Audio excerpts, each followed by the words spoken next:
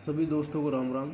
दोस्तों, NTPC CBT 2 की exam 9/5/22 को जो कि लेवल 6 का हुआ था और 10/5/22 को लेवल 4 का हुआ था।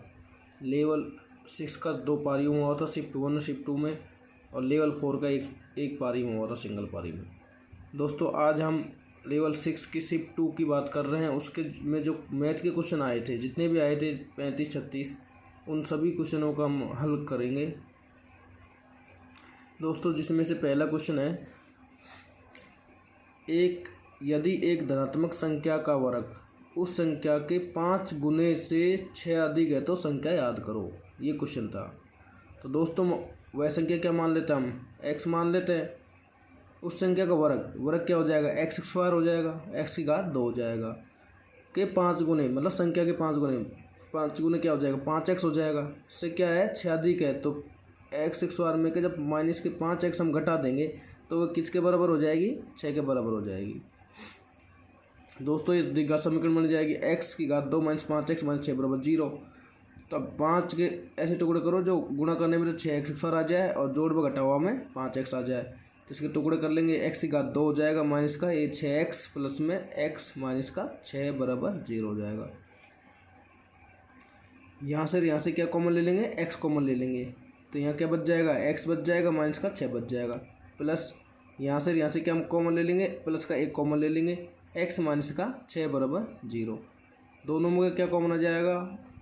x माइनस का 6 कॉमन आ जाएगा। क्या बच जाएगा? यहाँ तो बच जाएगा x बच जाएगा, इधर क्या बच जाएगा? प्लस का 1 बराबर 0। एक तो हो जाएगा x माइनस 6 बराबर 0, तो x का मान क्या आ जाएगा? 6। एक हो जाएगा x प्लस 1 बराबर 0, तो x का मान क्या आ जाएगा? माइनस। लेकिन क्वेश्चन में हमको कह रहा है कि धनात्मक संख्या, तो धनात्मक संख्या क्या हो जाएगी हमारे पास? 6। ये तो द्विघात समीकरण करेंगे आप। आप ये समीकरण बना के और यहीं ऑप्शन पुट कर सकते थे, इसमें ऑप्शन से वैल्यू पुट कर सकते थे। जैसे 8 रखेंगे तो क्या हो जाएगा? 64 हो जाएगा। 64 में अगर 40 घटाएंगे तो 6 आएगा नहीं। 5 रखेंगे तो 25 ये तो वैसे ही 0 हो जाएगा। 9 रखेंगे तो 81 और 45 का अंतर कभी भी 6 नहीं आएगा। 6 रखेंगे 36 और 30, 36 और 30 का अंतर 6 आएगा, तो समीकरण संतुष्ट हो जाएगी। तो 6 क्या आ जाएगा? आंसर हमारा 6 हो जाएगा। ये था सीधा सा क्वेश्चन। चलो दोस्तों, अगला क्वेश्चन देखते हैं।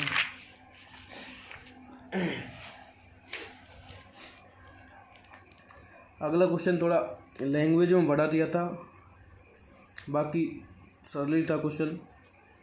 एक विद्यालय में कक्षाओं 5, 6 और 7 में क्रमशः से 360, 520, 280 छात्र हैं। इन छात्रों को एक यात्रा पर ले जाने के लिए बसों को किराए पर लेना है। यदि प्रत्येक बस में छात्रों की संख्या समान हो और प्रत्येक बस में एक कक्षा के ही छात्र हो, तो प्रत्येक बस में बैठ सकने वाले छात्रों की अधिकतम संख्या क्या होगी, या याद करो।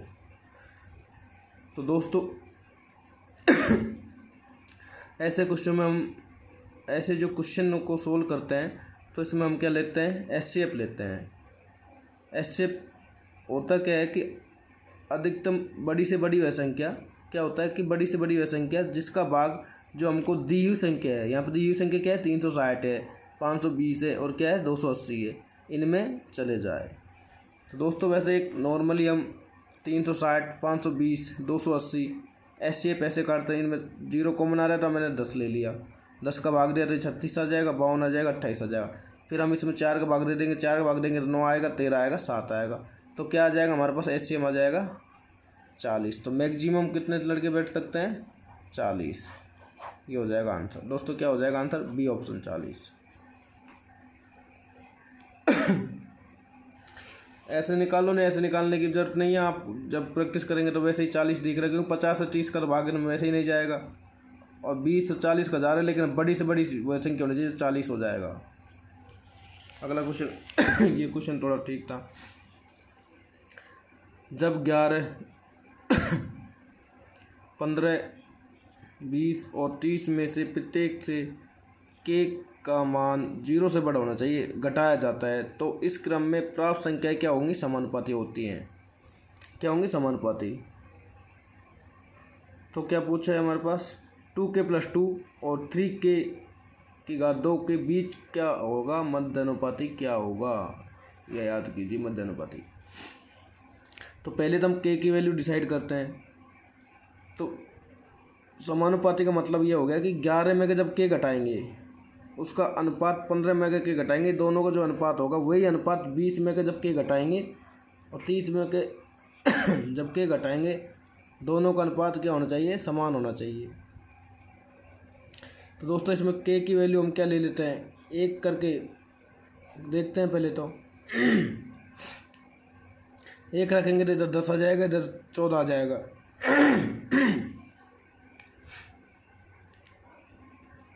इधर हो जाएगा 19, इधर हो जाएगा 29। तो इसमें तो दोनों में अनुपात समान आ नहीं रही, क्योंकि 19 और 29 आपस में कटेंगे नहीं।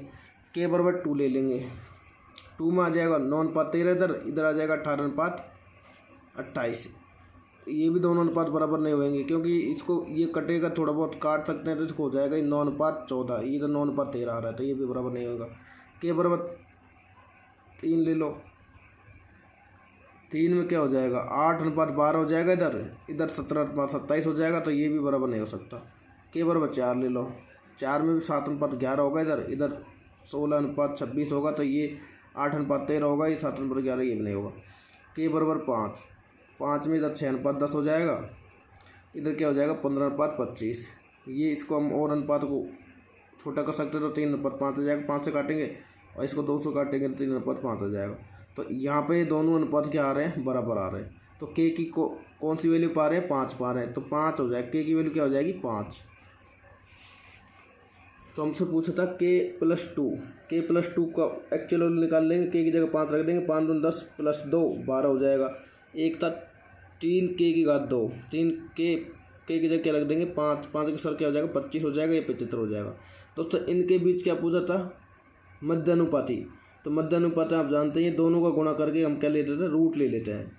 चाहे बेसिक तरीका आप जानते हैं, 12:x 12:x समानुपात x:75 हो जाएगा।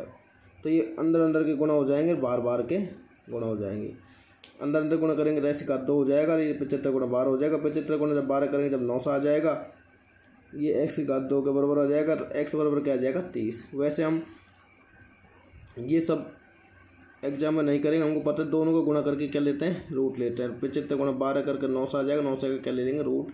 हमारे पास क्या आ जाएगा आंसर, 30। ये तो आंसर दोस्तों, तो इसका आंसर क्या हो जाएगा, डी ऑप्शन। क्या हो जाएगा, डी ऑप्शन हो जाएगा। हाँ थोड़ा टाइम लग रहा था, क्योंकि इसमें k की वैल्यू निकालनी पड़ रही है हमको, k की वैल्यू पहले डिफाइन करनी पड़ी, कौन सी k की वैल्यू आएगी, तो इसमें थोड़ा टाइम वाला था। बाकी आप जल्दी करते तो ऐसी कोई बात नहीं है, हो जाता। दोस्तों चलो चौथा क्वेश्चन देखते हैं। चौथा क्वेश्चन भी लैंग्वेज बड़ी दे रखी। किसी चट्टान पर बैठा एक कोई प्रेक्षक जिस किसी नाव को 30 डिग्री के अवनन कोण पर देखता है, जो एक समान चाल से तट पर प्रेक्षक के ठीक नीचे स्थित किसी बिंदु की ओर आ रही है। 10 मिनट बाद नाव का अवनन कोण 60 पाया जाता है। तो नाव द्वारा तट तक पहुंचने में लगा कुल समय याद करिए। दोस्तों ये एक चट्टान मान लो, यहाँ पर कोई व्यक्ति बैठा है, वह कितना बन रहा है, 30 डिग्री कोण बन रहा है। फिर कह रहे हैं वे कि इसी दिशा में समान चाल से चल रहा है और उसके बाद किसी बिंदु पर पहुंच जाता है। मान लो यहाँ बिंदु पर पहुंच जाए तो वहाँ कोण कितना बन जाएगा उसका, 60 डिग्री का। कितना बन जाएगा, 60 डिग्री का। तो ये दूरी है जो कितने मिनट में तय कर रहे हैं, 10 मिनट में तय कर रहे, 10 मिनट में ये दूरी तय कर रहा है। क्वेश्चन के अकॉर्डिंग 30 डिग्री कोण बन रहा था। अवनन कोण और उन्नयन कोण बराबर होते हैं, तो हम इनको 30 ले लेंगे। ये 30 डिग्री 10 मिनट के बाद चलने के बाद किसी बिंदु पहुंच गए तो वहाँ कितने बन गए, 60 डिग्री का कोण बन गया। और ये टाइम कितना लगा, 10 मिनट का लगा। दोस्तों आपने पढ़ा होगा 30:60:90। इसका अनुपात क्या होता है, 1:√3:2। मान लो हम 60, ये तो 90 डिग्री होता है ही, इसके सामने हम क्या लेंगे, √3 है, तो 30 के सामने क्या हो जाएगा, 30 सामने 1 हो जाएगा। और जब 30 के सामने यहाँ से आप पूरे उसके हिसाब से लो, पहले तो इसके हिसाब से हमने देख लिया, अब इसके हिसाब से मान लो कि 30 के हिसाब से जब √3 है तो 60 के सामने क्या आ जाओ, 30 के हिसाब से जब √3 है, 30 का मतलब 1 का मान √3 है, तो √3 का मान कितना हो जाएगा, टोटल 3 हो जाएगा। यहाँ आपको समझ आ रहा है ना दोस्तों, क्योंकि पहले तुमने 60 के हिसाब से √3 मान लिया था यहाँ इस त्रिभुज के हिसाब से, तो √3 हो गया, तो 30 के सामने क्या हो जाएगा, 1 हो जाएगा। ये 2 हो जाता है, वैसे इसकी ज़रूरत नहीं पड़ रही अभी। तो अब इस पूरे को ले लो, 30 के सामने जब √3 है, 30 का मतलब 1, √3 का मान क्या है, 30 के सामने √3 है, तो 60 के सामने, तो ये क्या हो जाएगा, ये 90 है तो ये पूरा 60 हो जाएगा, ये पूरा क्या हो जाएगा, 60 हो जाएगा, 60 डिग्री। तो इसके सामने पूरे के सामने कितना हो जाएगा, 60 के सामने क्या है, √3 जब 1 का मान ही √3 है, तो √3 को √3 से गुणा कर देंगे तो यहाँ क्या आ जाएगा, 3 आ जाएगा, पूरा क्या हो जाएगा, 3। तो ये क्या है, यहाँ से यहाँ तक की दूरी कितनी हो जाएगी, 2, क्योंकि एक दूरी तो ये है ही ऑलरेडी, ये कितनी हो जाएगी, 2 हो जाएगी। दोस्तों जब दो कोई दूरी है उसको 10 मिनट लग रहे हैं, 2 को कितने टाइम लग रहे हैं, 10 मिनट लग रहे हैं, 2 का मान कितना दिया हुआ है हमको, 10 दे रखा है, तो टोटल दूरी कितनी है, 3 के लिए पूछे, तो 3 का मान कितना हो जाएगा, 2 का 5 गुना हो जाएगा, और 5 या 15, कितनी हो जाएगी, 15 मिनट।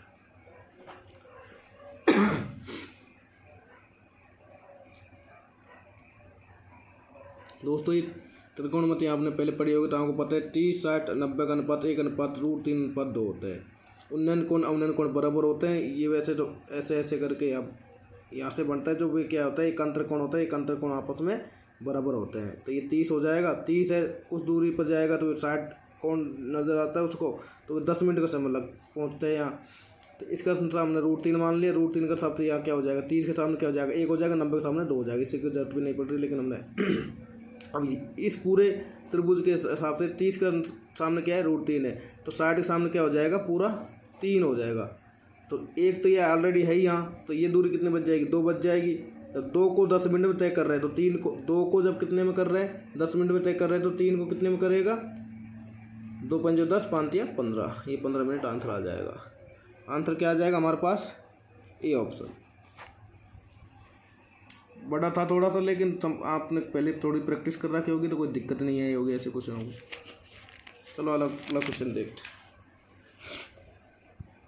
दोस्तों। अगला क्वेश्चन है, अवरा ए से बी तक जाने में 14 किलोमीटर की चाल से यात्रा करती है और बी से ए तक उसी मार्ग से 111 किलोमीटर प्रति घंटा की चाल से लौटती है, तो औसत चाल याद करो। तो दोस्तों औसत चाल के लिए आपको पता है 2ab/a+b होता है। डायरेक्ट लगा दो, 2 गुणा 74 गुणा 111 बटा a+b, 111 में 74 जोड़ेंगे तो 185 हो जाएगा। अब इसको सोल्व करना था। ये कैलकुलेटर दिए, बना के दिए हैं आपको, कैलकुलेटर दिए, लेकिन दोस्तों इसमें कहीं न कहीं कुछ ऐसी चीज़ है जो कट रही होगी। ये चीज़ हमको पकड़नी होती है हमारे एग्जाम में। 74 मान लो, हम 74 को 74 ले लेते हैं, 111 को 2 बार 222 कर देते हैं, 185। 185 से को काटते हैं, एक बार कट गया, बच कितने गया, 185 के बाद 15 तो भी बच गया, 22, 37 बच गया। अब हमको लग रहा है 37 का मतलब ये भाग नहीं जाएगा, तो 0 लगा देंगे और यहाँ लग जाएगा पॉइंट। 185 से 2 बार, और सीधा सीधा आ रहा है ना, कट रहा है ना, सीधा सीधा कितने बार कट जाएगा, 2 बार। तो यही लॉजिक था इसमें पकड़ने का, नहीं बाकी आप इसको गुणा करके भाग देंगे तो काफ़ी टाइम लग जाएगी। लॉजिक था कि दोनों को मल्टीप्लाई कर लो और इसमें ये कट जाएगा 1.2 से। 74 को 1.2 से गुणा करेंगे तो कितना आ जाएगा हमारे पास ये आ जाएगा 88.8। और दोस्तों यहाँ भी एक चीज़ ध्यान रखने की, एग्जाम में हमको बिल्कुल टाइम का बिल्कुल ध्यान रखना। टाइम एक दो हर क्वेश्चन से 2 5 सेकंड बचाएंगे तो तभी डिफिकल्ट क्वेश्चनों के लिए टाइम बचेगा। तो आपको पता है 1.2 को से गुणा करना है 74 को, जब ऑप्शन को जरूर देखना है। एक में इकाई अंक 0 आ रहा है, एक में इकाई अंक 5 आ रहा है, एक में क्या आ रहा है 5 आ रहा है, एक में 8 आ रहा है। तो आपको पता है इकाई अंक 2 दूनी 4 दूनी 8, एक से 8 आ रहा है, तो इकाई अंक एक में 8 है, तो हमको करना ही नहीं आगे, ये भी गुणा नहीं करना हमको, बस हमको उसी वक्त क्या मार देना है, टिक मार देना है। जब हमको पता है इकाई अंक 8 आ रहा है, एक में 8 आ रहा है, तो क्या दिक्कत, हमको करने की जरूरत नहीं है पूरा गुणा करने की। 74 गुणा 1.2 भी नहीं करना, 74 गुणा 1.2। वैसे कर लो 12 चौका 48, 12 संख्या 84 से ज़्यादा कोई बड़ी बात नहीं है, लेकिन पूरा आपको पता है 1-1 मिनट भी बचाएंगे, 1-1 मिनट तो कहाँ से बचेगी, लेकिन 5-5 10-10 सेकंड बचाएंगे, तभी डिफ़िकल्ट क्वेश्चनों के लिए टाइम बचेगा। तो आपको बिल्कुल ऑप्शन पर भी नज़र मारनी है कि ऑप्शन क्या दे रखे हैं। इसका यही था दोस्तों, यहाँ से बस 74 गुणा 222 कर दिया, और उसको काटने में थोड़ा सा 1.2 से कटा, बस यही था इसमें, ये कैलकुलेटर दिया था आपको, बस समझना था कि कहाँ से कैसे क्या कर सकते। ये आंसर आ जाएगा, ये आंसर हो जाएगा हमारा सी।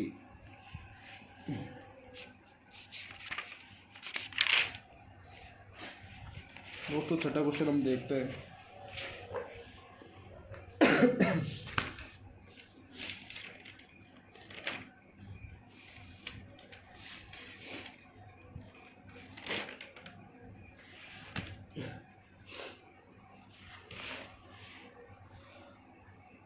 छठा क्वेश्चन है हमारा, ए प्लस बी का वह अधिकतम मान याद कीजिए जिसके लिए 8 अंक की संख्या 45, 23, ए 60, बी 15 से भाज्य हो जाए। दोस्तों पहले तो 15 से भाज्य के लिए हमको क्या करना पड़ेगा, या तो 5 से भी विभाजित होनी चाहिए और 3 से भी विभाजित हो। ये क्या होता है 15, 5 गुणा 3, 5 से विभाजित का नियम क्या है, या तो अंतिम अंक क्या हो 0 हो, या फिर क्या हो 5 हो। 3 से विभाजित का नियम क्या है, अंकों का योग क्या हो 3 से विभाजित होना चाहिए, 3 से विभाजित होना चाहिए, अंकों का योग 3 से विभाजित होना। 3 का नियम तो ये है, 5 का नियम, ये भाजित का नियम आपको पता होना चाहिए। 5 जब विभाजित हो गया तो अंतिम अंक 0 होगा या 5 होगा। तो हम दोस्तों एक बार 5 4 9 2 11 3 14, 14 और 6 20, 20 में 0 जोड़ेंगे तो 20, 20 प्लस ए प्लस बी, 5 से एक तो 5 से विभाजित करना है, एक 20 प्लस ए प्लस बी 3 से भी होने चाहिए। 5 से विभाजित के लिए क्या चाहिए हमको 0 या 5 चाहिए, लेकिन वे कह रहा है अधिकतम मान क्या होगा, अधिकतम मान क्या होगा। तो हम क्या रखें, बी की जगह 0 तो रखेंगे नहीं, क्योंकि अधिकतम मान पूछे, तो बी की जगह 5 रख लेते हैं। ठीक है, बी की जगह हम क्या रख लेते हैं, क्योंकि 5 होना, अंतिम अंक क्या होना चाहिए 5 होना चाहिए। अंतिम अंक क्या है वहाँ पे बी है, अंतिम अंक क्या है बी है, तो यहाँ रख लेते हैं 5 रख लेते हैं इसी जगह। अच्छा 5 रखेंगे अब 3 का नियम लगाते हैं। 3 के लिए क्या चाहिए हमको कि अंकों का योग क्या होना चाहिए, अंकों का योग क्या होना चाहिए 3 से विभाजित होना चाहिए। तो 20 और 5 25, 20 और 5 क्या हो गया 25 हो गया।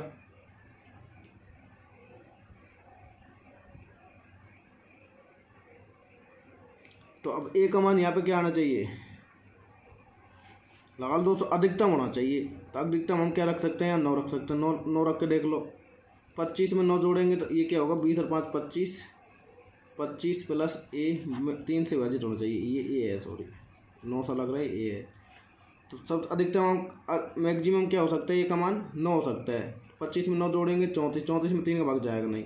8 जोड़ेंगे 25 और 8 33, 33 में 3 का भाग चल जाएगा। तो दोस्तों ए की वैल्यू क्या हो जाएगी 8 हो जाएगी, क्योंकि जब 25 में 8 जोड़ेंगे तो कितना हो जाएगा 33, और 33 में हम क्या चल जाएगा 3 का भाग पूरा चल जाएगा, 11 पर कट जाएगा।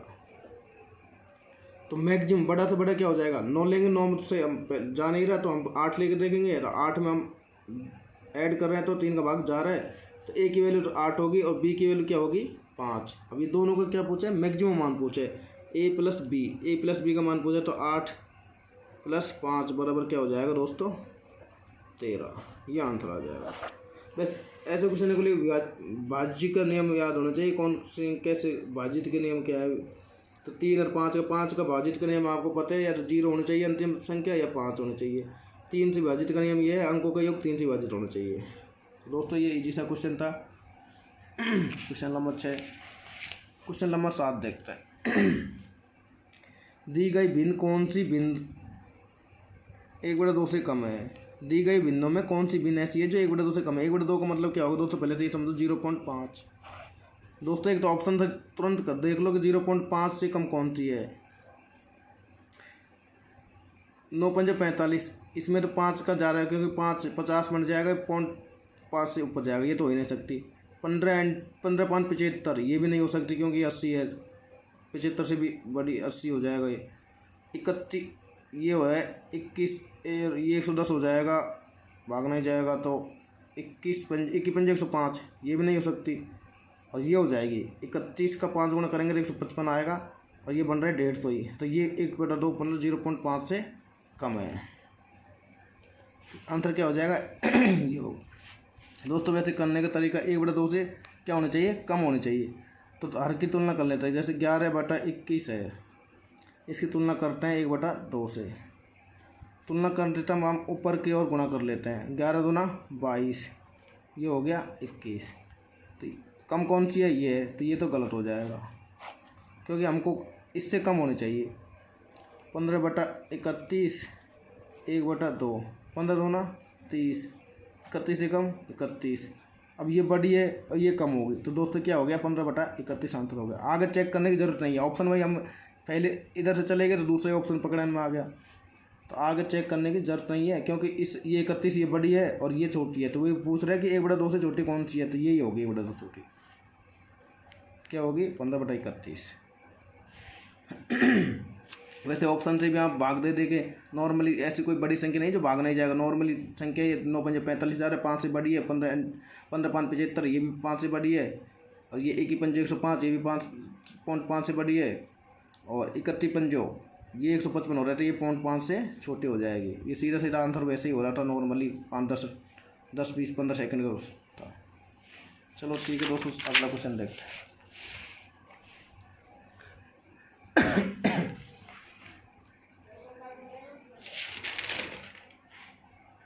3 सेंटीमीटर त्रिज्या वाले अर्धगोले का आयतन याद कीजिए। अर्धगोले का आयतन क्या होता है? अर्धगोले का आयतन होता है, अर्धगोले का क्वेश्चन है 8वां। 3 सेंटीमीटर त्रिज्या क्या दे रहा है 3 सेंटीमीटर, और अर्धगोले का आयतन नॉर्मली सीधा क्वेश्चन है। अर्धगोले का आयतन का सूत्र लगा दो। इसमें क्या होता है 2/3 पाई r3। 2/3 पाई की वैल्यू पाई में रहने दो क्योंकि आंसर पाई में ही दे रखा है, और r की वैल्यू हम रख देंगे 3। 2/3 हो जाएगा, और 3 का क्या हो जाएगा 27। 27 का 1 पर कट जाएगा, 9 पर कट जाएगा, ये हो जाएगा 18 पाई। क्या आंसर आ जाएगा दोस्तों हमारे पास? ऑप्शन बी 18 पाई आंसर आ जाएगा। त्रिज्या 3 दे रखी थी हमको, और अर्धगोले का आयतन पूछा, तो हमने अर्धगोले का नॉर्मली फॉर्मूला लगाया 2/3 पाई r3। r की जगह बस 3 रखा है, 27 हो जाएगा, 3 पर कट जाएगा, 9 दूनी 18 पाई, और ये आयतन है तो सेंटीमीटर क्यूब में आएगा ही, ये आंसर हो जाएगा। ये तो इजी क्वेश्चन था, बिल्कुल फॉर्मूले बेस पे था। अगला क्वेश्चन है 9वां। यदि a/2 2/a3 a/4 3a/5 मध्य का 6 है, तो a का मान क्या होगा? जहाँ a क्या है प्रकृत संख्या है। a की वैल्यू पूछी है, मध्य का 6 है। दोस्तों हम मध्य का निकालने के क्या सबसे पहले क्या करते हैं, आरोही क्रम में लिखते हैं। जो दी हुई संख्या उसको क्या लिखते हैं आरोही क्रम में। तो आरोही क्रम में लिख लो, बढ़ते क्रम में, पहले छोटी फिर बड़ी, बढ़ते क्रम लिखते हैं। तो ये तो a है, ये पॉइंट मतलब आधी हो जाएगी, ये 66 हो जाएगी पॉइंट, ये 50 के लगभग हो जाएगी, ये 66, ये 25, और ये हो जाएगी ये हो जाएगी 60। तो सबसे पहले हो जाएगी a/4, 25 है तो a/4 हो जाएगी। फिर हो जाएगी a/2, उसके बाद हो जाएगी 3/a/5, उसके बाद हो जाएगी 2a/3, और उसके बाद हो जाएगा ए। ये सबसे पहले तुमने आरोही क्रम में लिख लिए इनको, भाग दे के देख लो आरोही क्रम में लिखाना जाएंगे। आरोही क्रम में लिखने के बाद क्या होता है, n+1/2 पद होता है। माध्य क्या होती है, n+1/2 पद होती है। तो कई पद हैं, 1 2 3 4 5 है। 5+1/2 बराबर 6/2 बराबर तीसरा पद। तीसरा पद क्या हो जाएगा, ये हमारी क्या हो जाएगी, माध्यिका हो जाएगी। तो 3a/5 ये माध्यिका है, 3a है, 3a/5 ये क्या हो जाएगी, माध्यिका, जिसका मान हमको क्या दिया हुआ है, 6 दिया हुआ है। जिसका मान क्या दिया हुआ है, 6 दिया हुआ है। तो 3 का क्या कट जाएगा, 2 से कट जाएगा। ए बराबर क्या आ जाएगा हमारे पास, 10 आ जाएगा। ए बराबर क्या आ जाएगा दोस्तों, 10 आ जाएगा। वैसे इसको आरोही क्रम में जमाना था नॉर्मली, वैसे दूसरे फॉर्मेट में दे दी, वैल्यू एक्चुअल वैल्यू नहीं दी थी, तो हमको नॉर्मली भाग दे के देखना था कि कौन सी बड़ी है कौन सी छोटी है। तो छोटे से बड़ी को और बढ़ना है आरोही क्रम में जमा के n+1/2 पद करना था। वैसे भी विषम संख्या है तो बीच का पद ले लेंगे हम। सम संख्या में तो हमको अगर 2 पद लेके उसमें 2 को भाग देना पड़ता था। वैसे तीसरा पद आ जाएगा 3/a/5 ये माध्यिका हो जाएगी। इसका मान क्या दे रखा है, 6 दे रखा है। 3 का 2 पर कट जाएगा, एक की वैल्यू क्या आ जाएगी, 10 आ जाएगी। ये कौन सा ऑप्शन हो जाएगा, डी। ये भी इजी क्वेश्चन था, क्वेश्चन नंबर 9। क्वेश्चन नंबर 10 देखते हैं दोस्तों। x की वैल्यू क्या दे रखी है, 2 + √3, 2 - √3 है। तो x - 7 का वर्ग क्या होगा। दोस्तों ऐसे क्वेश्चन के लिए सबसे पहले हम इसको सोल्व करते हैं। 2 - √3 सोल्व करने के लिए इसका क्या कर देंगे, परिमीकरण। तो नीचे जो चिन्ह होता है उसका विपरीत चिन्ह से गुणा कर देते हैं। √3 2 - √3 ऊपर तो बन जाएगा a + b का होल स्क्वायर बन जाएगा, नीचे बन जाएगा a + b a - b। दोस्तों मैंने भी बताया है पिछले वीडियो में, और आप जानते हैं a + b a - b क्या होता है, a की घात 2 - b की घात 2। तो a की घात 2 करेंगे तो नीचे 4 आ जाएगा, और इधर करेंगे b की घात 2 करेंगे तो 3 आ जाएगा। नीचे तो -4 - 3 आ जाएगा, ऊपर बन जाएगा 2 + √3 का वर्ग बन जाएगा।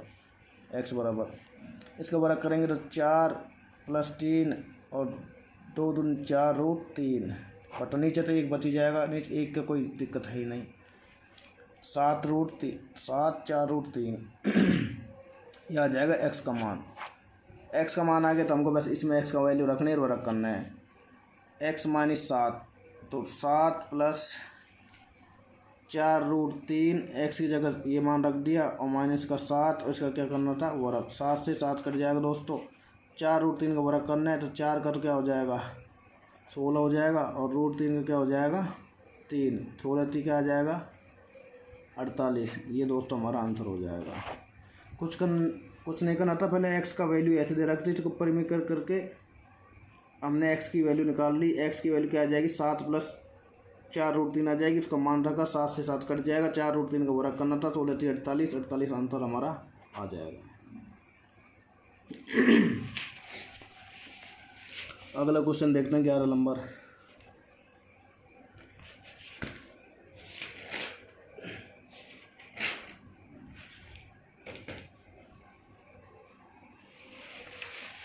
दोस्तों ये सरलीकरण का क्वेश्चन था। इसमें सबसे पहले हम ब्रैकेट को हल कर लेते हैं, ये वाले ब्रैकेट को यहाँ से यहाँ तक।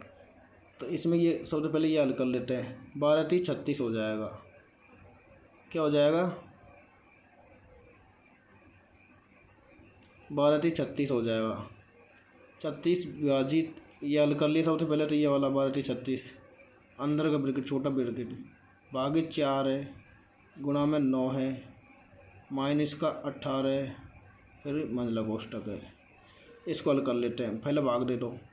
18 4/4 में 36 का भाग देंगे, इंटू 9 करेंगे तो 4 से 1 बार कट जाएगा, 9 बार कट जाएगा, 9 से 9 कट जाएगा, 18 माइनस का 1, ये मंझला कोष्टक। ये भी हल हो जाएगा तो क्या आ जाएगा दोस्तों, 17 आ जाएगा।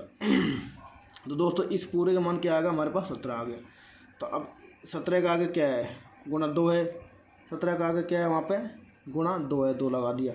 इधर भाग है 34 लगा दिया। इधर क्या है 15, भाग है 95। दोस्तों अब भाग हल कर, सबसे पहले हम क्या हल करते हैं, भाग हल करते हैं। तो 95 भाग 15, तो पहले ये भाग को हल कर लो। ये क्या आ जाएगा 2 × 2, फिर यहाँ भाग कॉल कर लो, ये क्या हो जाएगा 15 छः की 90, 6 सही 5/13, 15 छः की 90 और 5 बचा 5/13 मतलब 1/3। इधर क्या हो जाएगा दोस्तों 2 दूनी 4, 6 सही 1/3 में अगर 4 जाएगा तो 2 सही 1/3 हमारा क्या आ जाएगा, आंसर आ जाएगा। ये इसका सॉल्यूशन था। सबसे पहले छोटे ब्रैकेट को हल करना है, उसके बाद पूरे मंझले ब्रैकेट को हल करना है। फिर छोटे ब्रैकेट को हमने हल किया तो 12 36 हो गया, डायरेक्ट 36 रख दिया। इसकी मल्टीप्लाई में 9 था, 9 रख दिया, भाग में इधर 4 था, इधर -18 से इसको हल कर लिया। 4 में भाग दे दिया 36 का, ये 1/9 से कट गया, इधर 9 था, 9 से 9 कट जाएगा दोस्तों, 18 में 1 जाएगा तो क्या बच जाएगा 17। फिर हमने पूरा लिख लिया समीकरण, भाग इधर 34 था, -15 इधर पे भाग 95 था, इधर मल्टीप्लाई 2। अब फिर हमने वापस भाग कॉल कर लिया, पहले भाग कॉल करते हैं, बोर्ड मास पीरियड में लगता है इसमें बोर्ड मास का नियम, तो इधर 2 आ जाएगा। फिर इस भाग कॉल कर लिया तो ये आ जाएगा 6 सही 3, 2 दूनी 4 हो जाएगा, 6 सही 3 में 4 जाएगा, 2 सही 3, ये क्या जाएगा आंसर। कौन सा ऑप्शन हो जाएगा, बी ऑप्शन हो जाएगा। ये भी सीधा ही था सरलीकरण का, इसमें भी कौन सा ऑप्शन था, बी ऑप्शन था। क्वेश्चन नंबर हम 12 देखते हैं।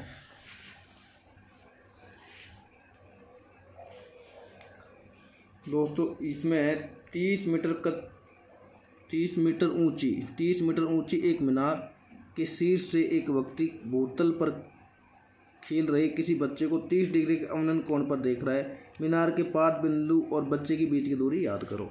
ठीक है दोस्तों, ये ऐसे है, ये ऐसे देख रहा है, क्या है 30, इसकी ऊंचाई क्या है 30 मीटर है, अवनन कोण कितना है 30 डिग्री का है, 30 डिग्री हो जाएगी, और ये दूरी पूछी है मुझसे, तो 30 के सामने कितना है 30, ये 90 हो जाएगा।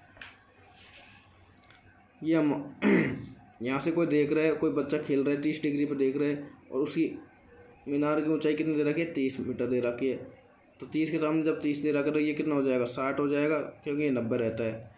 30 के जब हमको पता है, अभी बताया था 30 60 90 इनका अनुपात होता है 1/√3/2। जब 30 के सामने 30 है तो 60 के सामने क्या हो जाएगा, जब 1 का मान क्या दे रखा है 30 दे रखा है, तो √3 का मान क्या हो जाएगा 30√3। ये आंसर हो जाएगा दोस्तों। बस 10 सेकंड का था पूरा ही। इसमें क्या आ जाएगा सी ऑप्शन। आपको ये पता है 1/√3/2 होता है, तो 1 का मान क्या दिया हुआ है 30 दिया हुआ है, √3 का मान याद करना था, √3 से गुना कर दो 30√3 हो जाएगा।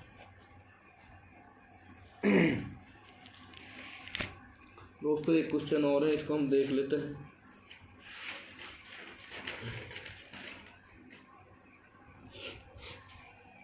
ये क्वेश्चन है समय कार्य का। ए व बी किसी कार्य को 18,750 रुपये में करने का ठेका लेते हैं। ए इस कार्य को 20 दिन में पूर्ण कर सकता है और बी इसी कार्य को 30 दिन में पूरा कर सकता है। सी की सहायता से वे इस कार्य को 8 दिन में पूर्ण कर सकते हैं, तो सी को उसके कार्य के अनुपात में कितना भुगतान किया जाना चाहिए। ए व बी ने ठेको ले लियो, ठीक है 18,750 को, लेकिन अब है ए से 20 दिन में पूरा कर सके, बी से 30 दिन में पूरा कर सके, और सी की सहायता से यदि दोनों काम करें तीनों मिला तो सी की सहायता से ये 8 दिन में कर सके, तो सी को अगर कार्य के अनुसार कितना रुपया भुगतान करना पड़ेगा।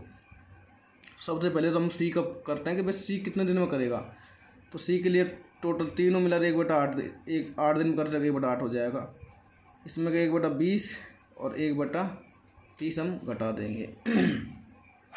एलसीएम कितना आ जाएगा 120, 60 तो नहीं आएगा, 120 ले लो, 15 × 120 6, 30 × 20 5/120 1/24। सी की वैल्यू क्या आ जाएगी, सी माइनस ए, ये क्या हो जाएगा, ये क्या है ए प्लस बी प्लस सी, और ये हो जाएगा बी, ये हो जाएगा सी। ए प्लस बी प्लस सी में जब बी और सी घटा देंगे तो क्या बच जाएगा, मतलब ए और बी घटा देंगे तो हमारे पास क्या बच जाएगा सी।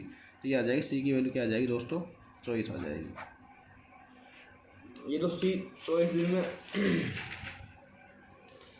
दिन में कर सके। अब इनकी क्षमता काट लो, क्षमता क्या हो जाएगी, समय की उल्टी क्षमता क्या होती है, क्षमता समय का विपरीत होती है, विपरीत। तो A/B/C एक 20 दिन में तो 1/20 क्षमता हो जाएगी, 30 दिन में तो 1/30 हो जाएगी, या 24 दिन में तो 1/24 क्या हो जाएगी क्षमता। क्षमता का अनुपात क्या हो जाएगा, कर लो यहाँ भी 120 ले लो,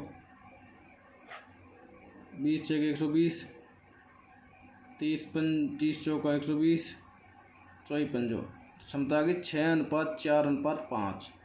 अब दोस्तों हमसे पूछा था सी को कितना मिलेगा उसके कार्य को, तो सी को कितना मिल रहा है 5 मिल रहा है। दे कितना रहा है, टोटल कितने रुपये मिल रहे थे, टोटल कितने रुपये मिल रहे हैं 6 × 4 = 10, 15, 15 के हिसाब से कितने मिल रहे थे 18,750। 15 का मान क्या दे रखा है हमको 18,750। पूछे क्या है 5 का मान, 6 × 4 = 10, 5 × 15, 15 का मान कितना दे रखा है 18,750। और सी की वैल्यू निकाल ली उसकी क्षमता के अनुसार। सी की वैल्यू क्या आई है 5 आई है, तो 1/3 हो जाएगा। 5 से 3 बार कट जाएगा, इसको काट लो, 3 से 6 बार, 3 दूनी 6,